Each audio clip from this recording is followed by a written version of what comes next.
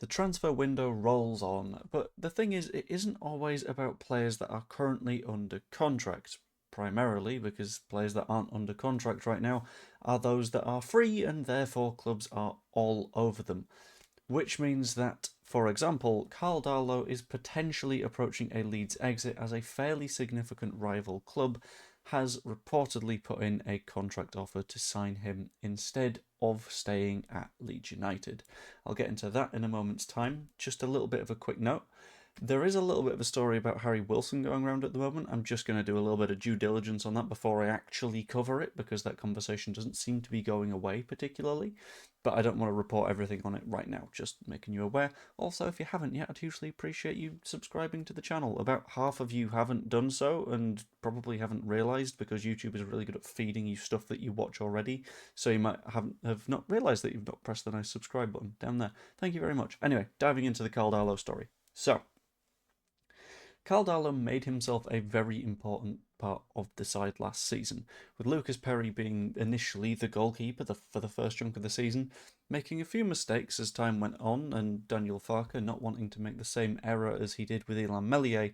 Karl Darlow then slid into the gap and decided to say, you know what, this place is mine. I am the number one at Leeds United for the rest of the season. Thank you very much. He made 24 appearances in all competitions and made some genuinely spectacular saves, including, I believe, getting save of the month at one point for, it might have been the one against Wolves, you know, the one where he was moving this way, shots coming the other direction, knuckles a little bit, gets a hand to it. Genuinely brilliant stuff. Fantastic.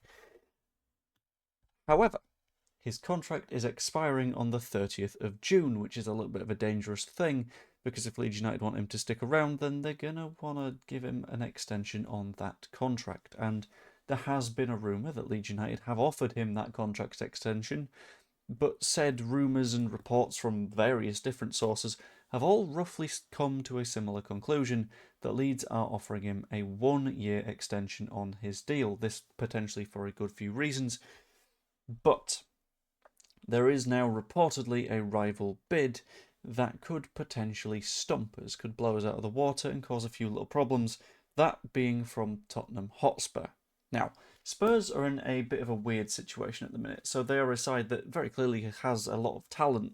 They have a hell of a lot of decent players. I think Kinski was there last season, Vicario was there last season. However, there's rumour of Vicario potentially moving on. Kinski probably sticking around is the general story that has been circulating.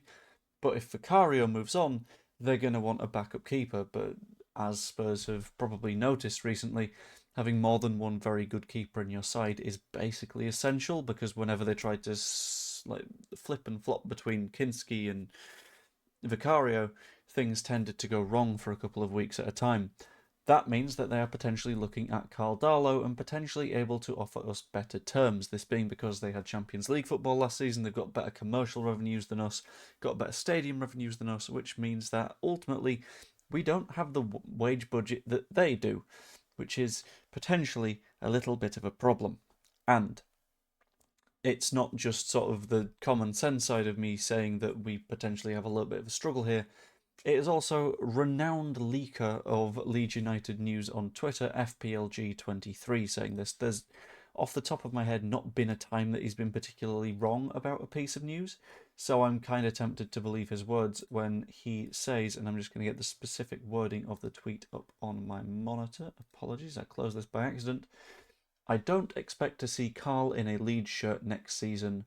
Full stop. That being a very, very blunt way of putting it, and the news is sort of spreading that Karl Darlow is in very advanced talks to sign for Spurs next season. Now, this leads to an interesting conversation, in my opinion, because there's going to be two sides of this that fall in different directions. There's going to be the side of people that are like, well, he's our starting goalkeeper right now, why wouldn't we be desperate for him to stick around? Which, fair enough, like, he's a very, very, very good goalkeeper. And then the side that I don't know if I lean on or not, it's going to take a little bit more thought to find out, which is that on the grand scheme of things, Karl Darlow is a very replaceable goalkeeper. Now, this might seem like a bit of a daft thing to say, so I'm going to take a moment to sort of like spell everything out for you, just to make sure that like my actual opinion is given here, rather than being potentially badly phrased. Yes, he had 24 appearances in all competitions and became a pretty significant part of the squad.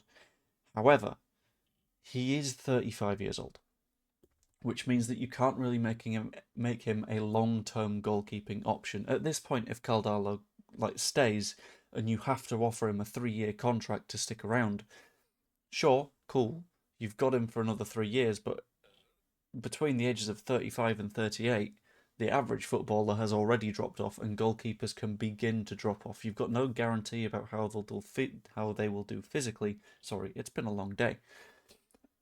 And in the case of a goalkeeper, it is rough on the body. Like, diving on fairly firm ground fairly consistently as your job for the majority of your life is going to take a toll. And injuries start to pick up, and your body is less good at recovering between the ages of 35 and 38. And people will point to the likes of Buffon and Neuer and go, look, these are old goalkeepers, sure, but there are also old goalkeepers, like a Scott Carson, for example, that goalkeep early in their career and get to the stage of going, sod it, I'm going to sit on a bench, which is effectively what it looks like Darlow is going to do this season.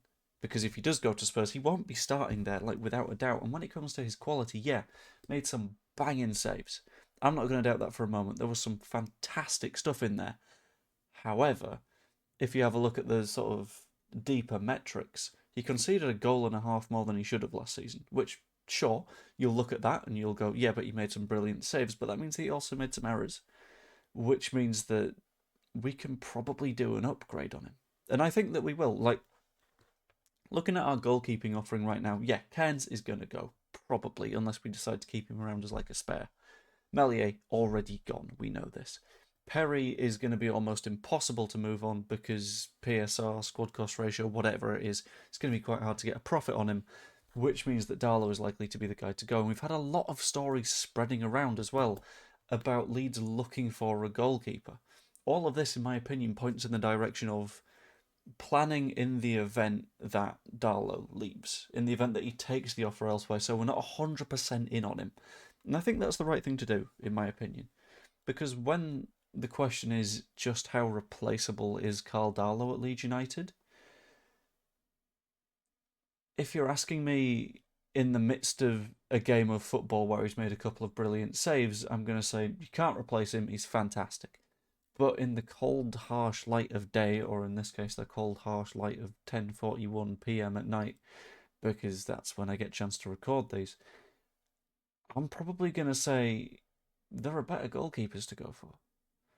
There are several. I think it's Achilobu or something. I've completely forgotten his name. That's absolutely my bad. But I think it's Freiburg that he plays for in Germany is going to be on the move because they have signed another goalkeeper as a starting player. And they've not sold him yet, which means that there's going to be fantastic goalkeeping options on the market. And I think if we make that move and we eventually land on someone that has a better goals prevented metric than negative, which we've not had since the end of COVID off the top of my head, then we're going to do pretty damn well, in my opinion. If I have a look up the squad, the defence was incredible last season. The midfield was excellent. Yeah, we could do with some work on the wings. We all know that. But outside of the wings, I think the one place that is screaming out for a full-on upgrade is probably the goalkeeper. So for me, whilst it's not brilliant for Karl Darlow to be on the way out, it'll do less harm than I think a lot of people are thinking it will. So it'll be very interesting to see how that one goes. But as always, that's just my opinion. Let me know what you think in the comments down below. Like the video if you enjoyed it. Subscribe if you haven't yet. Hope you all enjoyed, and I will see you later. Probably tomorrow. I've got a video that I was going to record instead of this one. Then I saw this news and all that kind of stuff. But anyway. Ta-ra.